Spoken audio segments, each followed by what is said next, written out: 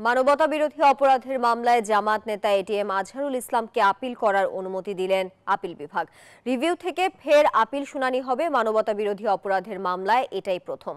22 April পরবর্তী শুনানির দিন ধার্য করা হয়েছে।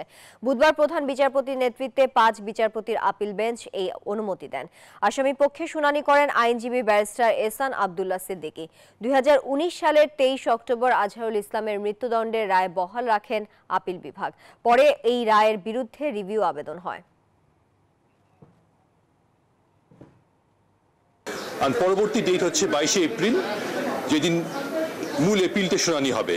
এই যে 4টা গ্রাউন্ডে লিভ দেওয়া হলো, এই 4টা গ্রাউন্ডে মূল এপিলটার শুনানি হবে।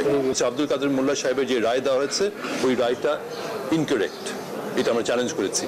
এখন যদি ক্রিমিনাল এপিল যখন শুনানি হবে, যদি আমাদের বক্তব্য অ্যাকসেপ্ট করে, অবভিয়াসলি এটা কোয়েশ্চেন রেজ হবে আব্দুল কাদের মোল্লা সাহেবের রায় এবং তার পরবর্তীতে যত রায় হয়েছে ওটার মিসক্যারেজ অফ জাস্টিস হয়েছে কিনা ওটা আমরা এক্সপ্লোর করতে পারবো।